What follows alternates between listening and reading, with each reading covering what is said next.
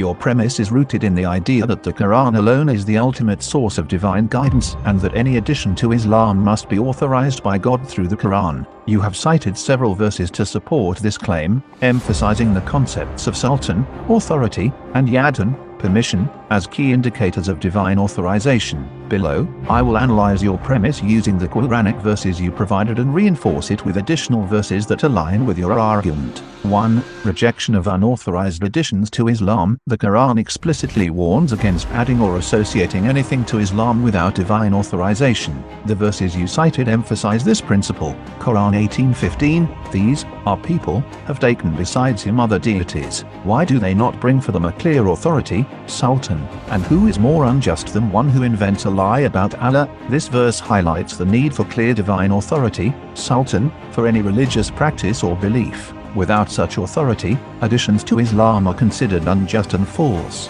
Quran 53:23, they are not but names you have named, you and your forefathers, for which Allah has sent down no authority, sultan. They follow not except assumption and what their souls desire, and there has already come to them from their Lord guidance. Here, the Quran condemns practices or beliefs based on human tradition or desire rather than divine authority. Quran 42:21, or have they other partners who have ordained for them a religion to which Allah has not given permission, yadun, and if not for a decisive word, it would have been judged between them. And indeed, the wrongdoers will have a painful punishment. This verse explicitly states that any religious practice or system must have divine permission, yadun, or it is invalid. Quran 7:33, say, my Lord has only forbidden immoralities, what is apparent of them and what is concealed, and sin, and oppression without right, and that you associate with Allah that for which he has not sent down authority, sultan, and that you say about Allah that which you do not know. Associating anything with Allah without his authority,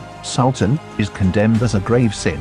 Quran 52:38, or do they have a stairway into the heaven by which they listen? Then let the listener produce a clear authority, sultan. This verse challenges those who claim knowledge or practices without divine authority. Quran 3:151, we will cast terror into the heart of those who disbelieve for what they have associated with Allah of which he had not sent down authority, sultan, and their refuge will be the fire, and wretched is the residence of the wrongdoers. This verse reinforces the idea that associating anything with Allah without his authority leads to severe consequences. 2. Divine authority, sultan, is only with Allah. The Quran repeatedly emphasizes that ultimate authority, sultan, belongs to Allah alone. The verses you cited support this. Quran 40:23, and we had certainly sent Moses with our signs and a clear authority, sultan. This verse shows that divine authority, sultan, is granted by Allah to his messengers, not to ordinary humans. Quran 23:45, then we sent Moses and his brother Aaron with our signs and a clear authority,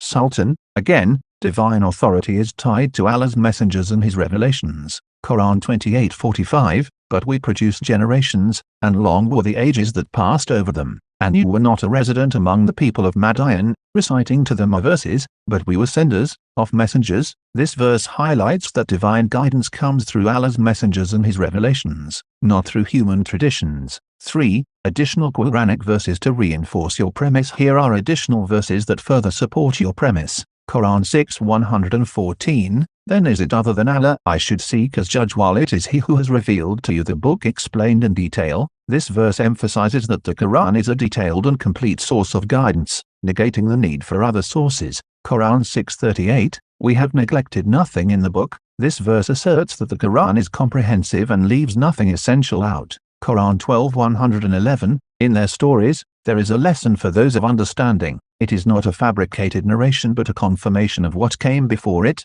and a detailed explanation of all things, and a guidance and mercy for a people who believe. The Quran describes itself as a detailed explanation of all things, suggesting it is sufficient as a guide. Quran 45:6, these are the verses of Allah which we recite to you in truth, then in what statement after Allah and his verses will they believe? This verse challenges the need for any source of guidance other than Allah's verses. Quran 39:23, Allah has sent down the best statement, a consistent book wherein is reiteration. The skins shiver therefrom of those who fear their Lord, then their skins and their hearts relax at the remembrance of Allah. That is the guidance of Allah by which he guides whom he wills, and one whom Allah leaves astray, for him there is no guide. The Quran is described as the best statement, implying it is superior to any human narration. Quran 17:46, and we have placed over their hearts coverings, lest they understand it, and in there is deafness. And when you mention your Lord alone in the Quran, they turn back in aversion. This verse warns against turning away from the Quran and relying on other sources.